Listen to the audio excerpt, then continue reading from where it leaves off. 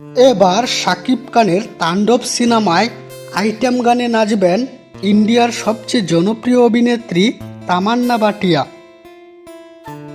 আর তামান্না ভাটিয়া যে সিনেমায় পারফর্ম করেন সেই সিনেমায় হয়ে ওঠে হিট।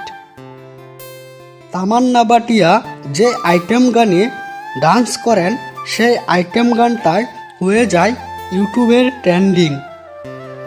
তাহলে কি এবার তাকে শাকিব খানের সিনেমায় দেখা যাচ্ছে?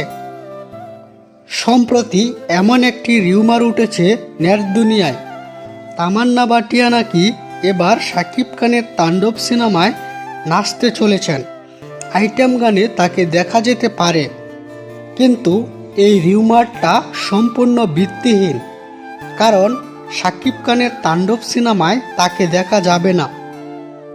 যদি শাকিব খানের তাণ্ডব সিনেমায় তাকে আনা হয় তাহলে পরিচালকের সব বাজেট তাকেই দিতে হবে, কারণ তামান্না ভাটিয়া একটা আইটেম গানের জন্য 7 থেকে 8 কোটি টাকা নিয়ে থাকেন।